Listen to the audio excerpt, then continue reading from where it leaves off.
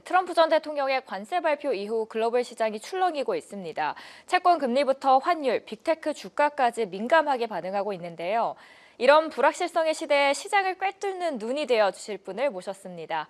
월가에서 한국인 중 최고위직까지 오른 인물, 뉴욕 생명자산운용 CIO 겸 아시아 회장의 윤재성 전무님입니다. 어서 오세요. 예, 안녕하세요, 여러분. 예. 전무님, 요즘 글로벌 증시가 정말 롤러코스터를 타고 있습니다. 제가 본 1월 초 인터뷰에서는 전무님께서 상반기엔 조정장이 불가피하니까 현금 한 20%를 확보하라고 하셨고 실제로 주가가 조정을 받으면서 전무님의 전망이 적중했거든요. 이제부터 하반기 반등장은 기대를 해봐도 될까요? 저는 그렇게 생각했는데 네. 트럼프가 대통령이 어느 정도까지만 하겠지 하고 믿었는데 그래서 저는 아예 20% 현찰 그러니까 20% 주식 80% 현찰로 갔어요. 네. 그냥 심하게 현찰로 갔어요. 왜냐면은 12월 달 보니까 뭐 달러가 강세다, 미국 주식 비싸다. 그래서 아예 일본, 아예 유럽도 좀 샀어요. 그런데 그게 터지고 막 6,200에서 5,500 할 때 좀 사고 5,300, 5,100, 4,900 조금씩 샀어요. 계속. 그러고 팔고 올라갈 때. 그래서 지금은 저도 좀 물려 있는 게 있고 돈 번 게 있는데 기본적으로 금년에 아직 돈 벌고 있어서 괜찮은데 걱정스러운 거는 이렇게 되면은 그러니까 빠른 속도로 트럼프가 이걸 니고시에이트해서 정리를 안 찾고 불안정하게 한 달, 두 달 이렇게 넘기면은 불경기 올 확률이 벌써 불경기는 온다는 분들이 벌써 있어요, 그렇죠? 네. JP 모건이나 뭐 한두 군데 있는데 맞죠. 저는 아직 거기까지는 모르겠고 테크니컬 리세션은 벌써 와요. 테크니컬은 무슨 뜻이냐? 1분기가 지금 뭐 임포트가 수입이 수출보다 너무 심해서 무조건 1분기는 불경기예요. 그죠? 테크니컬. 그런 테크니컬 리세션은 그냥 짚고 넘어가거든요. 유럽도 두 번 겪었고 일본도 작년에 겪은 건데 그런 건 신경 안 쓰는데 진짜 불경기. 소비자들이 그러니까 시민들이 돈을 안 쓰는 불경기.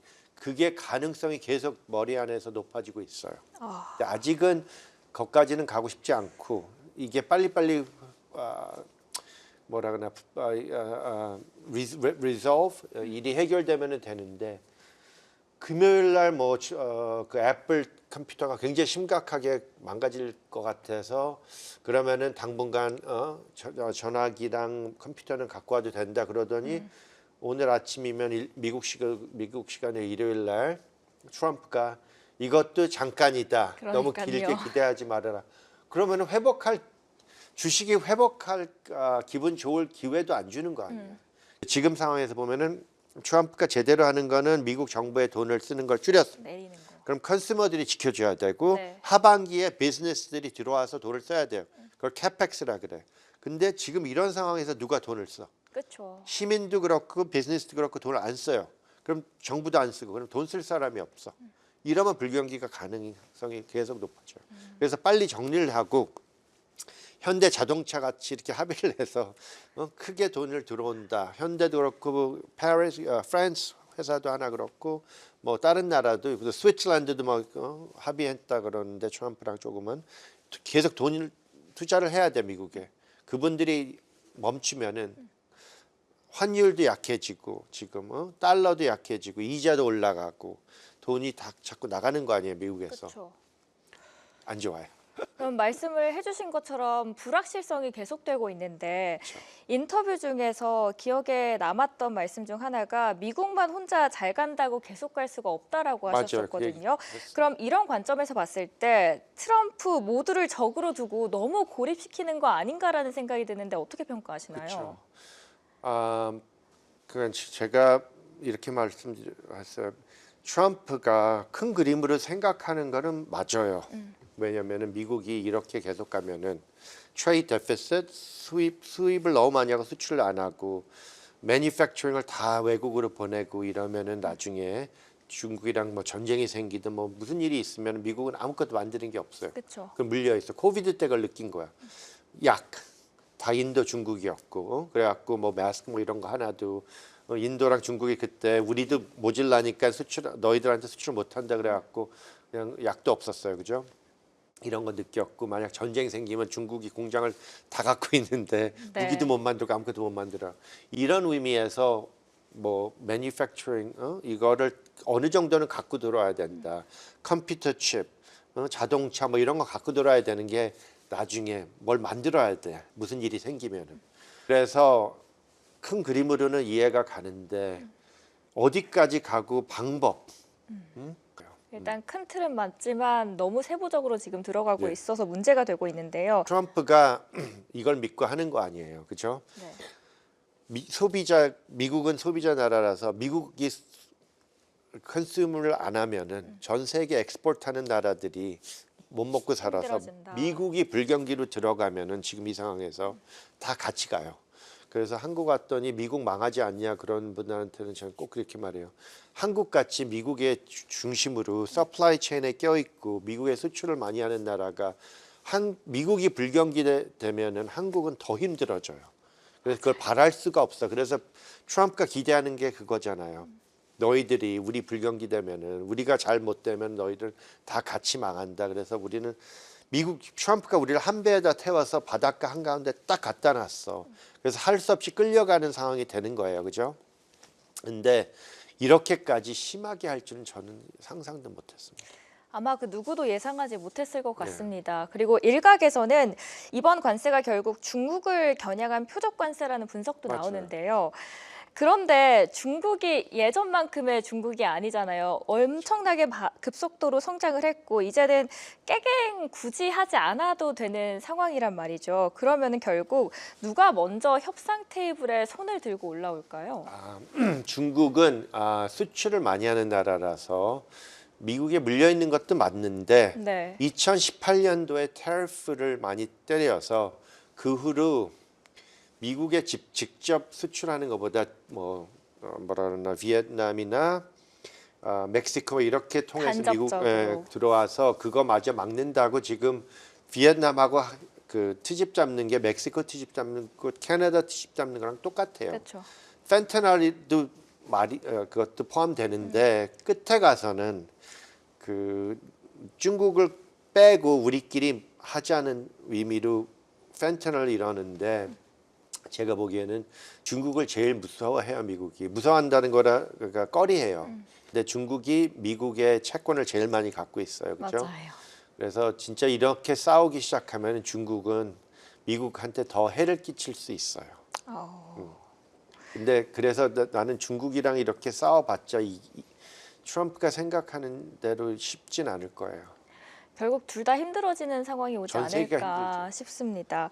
방금 전에 채권 시장 이야기를 하셨는데요. 미국 채권 시장에서도 대규모 투매 현상이 나타나고 있고 가장 안전한 자산으로 분류되고 있던 미국 국채 금리가 상승을 하니까 트럼프도 살짝 놀란 것 같습니다. 그죠? 그러자 이제 한쪽에서는 이게 신뢰가 무너진 만큼 미국 금융시장의 충격 계속될 것이다라는 전망 나오는데 어떻게 보세요? 그렇죠. 저번 주에 제가 그 이자 올라가는 걸 샀더니 여기 기자분들 뉴욕에 있는 기자분들도 저한테 말이 되냐 불경기가 오는데 근데 그분들이 좀 생각이 좀 짧았죠. 왜냐면은 지금 보면은 미국 이자가 당장은 인플레이션이 먼저 오냐 저는 인플레이션이 먼저 오냐 리세션이 먼저 오냐 저는 리세션보다 인플레이션이 먼저 온다 생각해서 저는 이자 올라가는 걸 샀어요. 네. 근데 알고 보니까 그것만이 문제가 아니었어. 그 헤지 펀드 분들이 바벨 주식을 많이 사고 그걸 헤징한다고 그 정부 채권을 레버리지해서 많이 샀어. 네. 그래서 막 다 팔아야 되는 상황에서 있는 거 다 팔아야 되는 상황에서 레버리지를 빼는 상황에서 보니까 채권 이자가 쫙 올라가는 거예요. 그분들이 팔아서. 그러면 중국은 시작도 안 했어요. 이제 중국은 벌써 5년, 10년 동안 조금씩 팔기 시작했지만 막 무식하게 파는, 막 심하게 파는 건 시작도 안 했어요. 근데 이자가 여기까지 갔어. 근데 저는 그걸 금요일 날 팔았어요. 네. 이게 TBF라 그러는 ETF인데 이자가 올라가면 돈 버는 건데 25불에 팔았어요. 다. 왜? 지금은 아예 TLT 내려가면 돈 버는 거 그거를 82불에 걸어놨는데 92불 82불에 걸어놨는데 안 지킬 수도 있어요. 왜냐? 이게 계속 갈 수는 없는 게 지금 제가 지켜보는 거는 QE가 들어올 수밖에 없어요. 왜냐면은 보니까 트럼프는 주식에 더 이상 민감하지가 않아. 뭐 그런 말까지 해. 네. 미국 그 80 주식은 솔직히 미국의 10%가 다 갖고 있어요. 부자들이. 웬만하면 90% 미국 사람들은 주식도 없어요. 이렇게 되면은 트럼프가 걱정하는 건 채권이에요. 제이미 다이먼드가 전화 걸었대잖아 트럼프한테. 맞아요. 어? 유동성 공급하라고. 이거 우리 지금 크라이시스 2008년도 그런 식으로 심한 게 올 것 같다. 그래서 풀었는데 이거는 겁나나 봐 트럼프가 그죠? 그리고 겁나는 게 맞아요. 그래서 페드가 드디어 QE를 할 준비를 하고 있어. 그래서 내가 82불 리미트를 걸어놓은 게 82불이었나? 92불. 하여튼 이 리미트를 걸어놓은 게 미국 10년 채권이 한 5 밑이에요. 네. 5까지 가면은 왜냐면은 5까지도 간 적이 있지만 급속도로 가는 거 아니야. 지금은 가면은 그죠? 3.9 찍고 지금 4.5인데 네. 이게 뭐 몇 주일 만에 뭐 몇 주일이 뭐야? 일주일, 2주일 만에 5 가면은 너무 급속도로 가는 거예요. 그러면 할 수 없이 이걸 내려야 돼. 안정을 찾아줘야 돼. 그래서 지금은 방향이 내리는 방향. 하지만 길게 봐서 저희 책에도 썼지만 김현석이랑 같이 제가 그때 2년 전에 18개월 전에 쓴 게 다음 3년 5년은 이 미국 인플레이션 3% 밑으로는 생각하지 말아라. 그 위로 생각해라. 근데 지금 오늘 당장 이거를 보면은 3%면은 땡큐예요. 왜냐면 지금 보면은 3%에서 5%까지도 가능해요. 그래서 오늘 제가 딱 한 가지 말씀드리고 싶은 거는 70년도를 공부를 해야 돼요. 우리가 다 그때도 structural 긴 인플레이션 매년마다 인플레이션 그때는 높았어요. 그때는 매년마다 인플레이션이 막 7%에서 12% 계속 유지됐잖아요. 몇 년 동안. 네. 요번에는 3% 위로 잡고 가라 그랬는데 보니까 3에서 5 막 이렇게 잡고 가야 돼요. 이러면은 뭐를 들고 가야 되냐 생각해야 돼요. 그러면 다음 5년은 무슨 포트폴리오를 내가 짜고 가야 되냐. 그럼 그냥 주식 채권이 아니에요. 그럼 뭐죠? 책에도 뭐 내가 그렇게 썼어요. 나는 커머디티를 그러니까 주식 채권 60, 40이 뭐 기본이잖아요. 그죠? 60 근데 40, 40, 20 커머디티를 껴야 된다. 그런 말 책에 썼어요. 근데 지금부터 그때까지 불경기도 겪고 여러 가지를 겪을 거예요. 70년도도 이렇게 환경이 바뀔 때는 혼란스러워서 주식 채권 막 왔다 갔다 해요. 그럴 때마다 내 포트폴리오가 뭔지 생각을 해서 그걸 담기 시작해야 돼. 그냥 막 주식만 사고 뭐 테슬라가 좋다고 그거 사고 이러는 상황이 아니에요. 그러니까 포트폴리오를 어떻게 구성하는지도 굉장히 중요해지는 시점 같은데 그래서 이 부분도 저희가 조금 더 뒷부분에 자세하게 한번 여쭤보려고 합니다. 예. 앞서서 연준 이야기를 살짝 해주셨어요. 파월 의장 관세발 인플레이션 일시적이라고 했고 또 연준 내에서도 지금 분위기를 보니까 비둘기파들이 매파로 좀 돌아서고 있는 듯하 보입니다. 이런 흐름 속에서 트럼프 여전히 금리 인하를 해야 한다라고 주장을 하고 있는데 금리 인하 전무님께서는 몇 번 정도 연내 예상하시는지요? 금리 인하를 한 번은 무조건 해야 될 것 같아요. 지금 불안정하니까.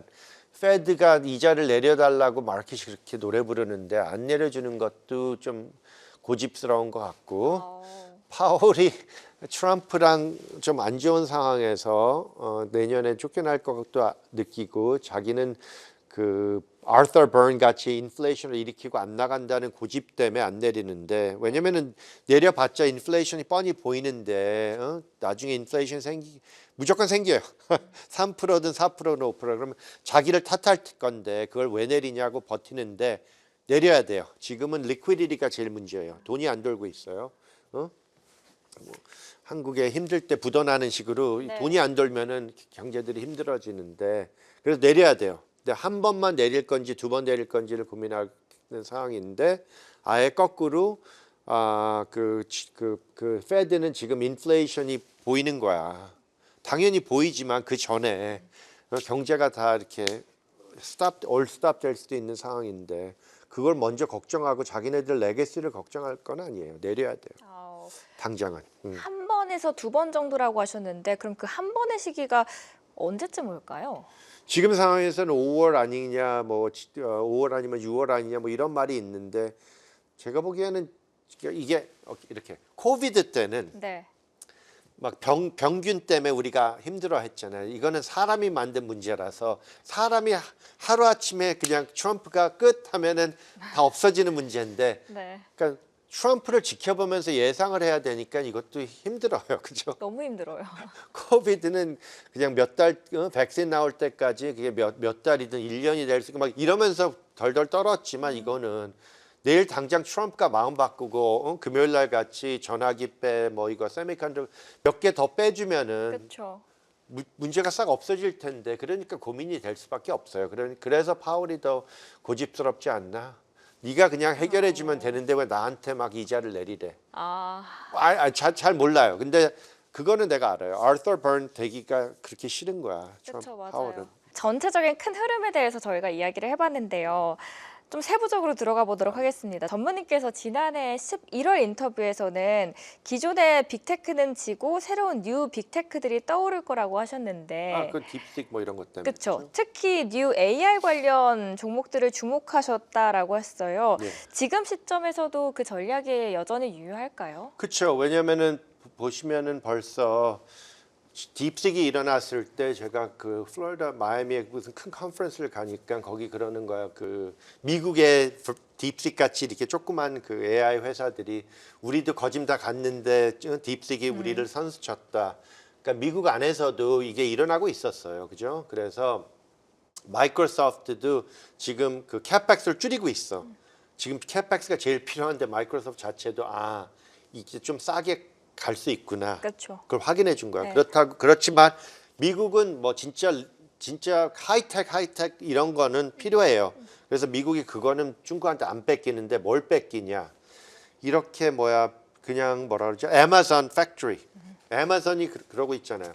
자기네들은 엔비디아 칩 이제 더 이상 못 쓰겠다 비싸서 필요 없다. 우리는 공장 운영하는데 굳이 비싼 엔비디아 칩 안 쓰고 우리가 만들겠다. 그래서 그런 상황은 계속 일어날 거예요. 그래서 엔비디아가 나쁘다는 게 아니라 엔비디아가 지금 2년 동안 growth rate 성장이 100%였어요. 네. 거짓 2년 동안.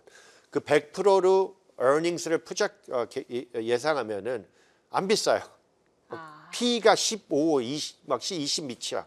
그렇지만 그 성장이 100%에서 50%. 그럼 15P가 30P가 돼. 30% 그러면은 40P가 돼. 그럼 비싸.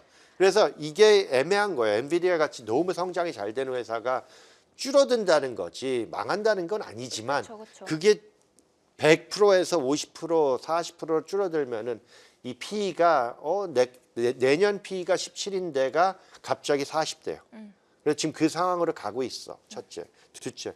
미국의 지금 택 회사들이 트럼프 덕분에 엑셉셔널리즘이 다 뺏길 거고 둘째 전세가 좀 꺼리할 거고 중국이 이제 캐치업해서 중국 그 클라우드는 미국이 못 만들어요. 그렇죠? 텐센 뭐 이런 주식을 사야 돼. 네. 걔네들은 미국보다 2년 뒤쳐져서 아예 2년 더 희망이 좋아요. 네. 미국을 지켜보고 중국이 미국을 캐치업할 거니까. 그래봤자 쫓아오지만 그 주식들이 혜택은 좋아요. 그리고 마지막 제가 보기에는 인플레이션 뭐 이런 세대를 돌아보면은 그 옛날 얘기라서 지금은 AI 테크놀로지 세대니까 70년대랑 다른 점도 많지만 인플레이션이 이렇게 세지면은 제가 보기에는 소프트웨어는 괜찮을 수 있겠죠. 돈을 더 달라 그러면 되니까 시민들한테. 근데 인플레이션을 따라갈 수 있는 거는 집, 하우싱, 주식, 커머디티 이런 위험한 주식, 불경기 되면은 들고 있으면 안 되는 주식들이에요. 그쵸. 그러니까 불경기를 겪으면서 이걸 모아야 돼. 그래서 내가 뭘 사야 되냐는데 거기에 포함되는 게 보통 헬스케어. 근데 IT도 서비스 섹터는 돼요. 고객들한테 미안하지만 돈 더 내야 돼 하고 그거를 소화시킬 수 있는 회사들을 사야 된다 이거야. 근데 그게 보통 밸류 쪽에 가 있어요. 근데 요새는 세대가 바뀌어서 택도 소프트웨어 뭐 이런 게 포함되는데 그냥 막 칩 뭐 이런 건 아닌 것 같아요. 단순히 반도체 쪽만 보는 게 아니라 좀 여러 가지 광범위하게 봐야 반도체는 된다. 그때도 안 좋고 인플레이션을 보호해주는 주식들은 아니에요. 그러면 중국 쪽으로 한번 눈을 돌려보는 네. 건 어떨까 싶은데 작년 그렇죠. 9월 초부터 중국 쪽으로 투자하신 걸로 알고 있거든요. 그렇죠. 현재도 그 스탠스 변화가 없으신지요? 줄였죠. 저는 그때 너무 떴으니까. 제가 그때 그 리버레이션 데이 좀 전에 판 이유가 일단 주식을 저는 많이 갖고 있진 않지만 더 줄일 거예요. 왜냐하면 불경기 확률이 계속 오르고 있고 트럼프가 하는 행동을 보고 이거를 그냥 놔둬야 되냐 팔아야 되냐. 근데 저는 5,500에서 4,900에 물려 있어요. S&P 미국 주식. 근데 미국을 먼저 팔 거예요. 왜냐면은 굳이 갖고 있을 거면은 외국 주식이 날 거야. 그리고 환율. 저는 한국은 모르겠어요. 한국 사람들이 한국 환율 좀 이번에 세진다. 1번은 무조건 세질 것 같아. 미국이 더 이상 그 리저브 커런시 나라가 조금씩 약해지면은 10년 후에 되돌아보면 트럼프가 미국의 리저브 커런시를 아예 바꿔서. 그러니까 망가뜨리는 티핑 포인트가 될 수도 있어. 그래서 1번 얘는 그냥 사면은 재미없어요. 그죠? 안 움직이지니까 그렇게. 그래서 레버리지를 안 좋아하지만 YCL이라고 1번 세지는 그거를 많이 사놨어요. 150대부터. 그래서 지금은 아쉽지. 더 사고 싶었는데 지금 142인가까지 가서 네. 지금 당장은 140까지밖에 안 가겠죠. 그래서 거짓말 갔는데 eventually 금년 말까지 가면 130도 갈 것 같아요. 그래서 일본 돈이 세지고 스위스가 세지고 달러는 좀 더 약해지는데 제가 보기에는 외국 주식이랑 외국 미국 사람 입장에서 외국 커런시가 더 좋을 것 같아요. 미국은 한동안 환율로 뺏기고 근데 한국 사람 입장에서는 한국은 미국이랑 좀 비슷하게 가니까 네. 뭐라 그러나 그렇게 막 한국 돈이 미국 돈보다 이렇게 막 세지는 건 모르겠고 일본, 미국, 유럽 봐서 내가 보기에는 달러가 좀 약해질 것 같아요. 방향은. 금도 굉장히 좋게 보시는 걸로 알고 있고 좋아하시는 걸로 네, 알고 맞아요. 있거든요. 최근에 금값도 3,200달러 돌파하면서 사상 최고치 찍고 있는데 지금 상황에서 여전히 매력적인 자산일지 그리고 지금이라도 매수를 해도 될지 궁금합니다. 저는 3천에 금을 팔았어요. 근데 보면은 금은 계속 좋을 것 같은데 네. 너무 막 앞서가서 파는 거지 금이 나빠질 거라고 생각해서 판 건 아니지만 한 3천에서 좀 꺼지겠지 하고 팔았는데 계속 올라가는 게 근데 이게 왜 팔았는지도 설명드리면은 제가 한 2주인가 3주 전에 판 이유가 정부가 금을 샀어요. 정부는 큰 돈으로 빵빵 사는데 정부는 다 샀다고 이제 좀 멈추기 시작하고 시민들 리테일이 갑자기 99%가 리테일 돈이래. 그 마지막 돈. 난 그게 그쵸. 제일 싫어하는 돈이거든요. 그쵸. 옆에서 샀다고 그쵸. 했을 때. 그 돈은 올라갔다 내려와요. 뭐 퇴근 18개월 동안 올라갔다 내려와서 오래 기다려서 사람들이 다 틀렸다 그랬는데 금도 이게 지금 이 마지막 돈은 독돈이야. 독약이야. 그렇죠. 쓴 돈이야. 응? 네. 커피 맨 밑에 그거 찌꺼기야. 네. 그래서 이거는 안 벌고 싶다고 팔았는데 보니까 다시 중국 같은 나라들이 트레셔리 안 사, 금 살래 이러면은 또 방향이 또 바뀌어서 또 뜰 수 있어요. 그래서 그 돈이 누구 돈이냐를 지켜볼 거예요. 그러니까 단순히 금이 올라가는 걸 지켜보는 게 아니라 어디서 금을 그 돈이 매수하는 게 그 원인이 누구인지 한번 지켜볼 필요가 있어 보입니다.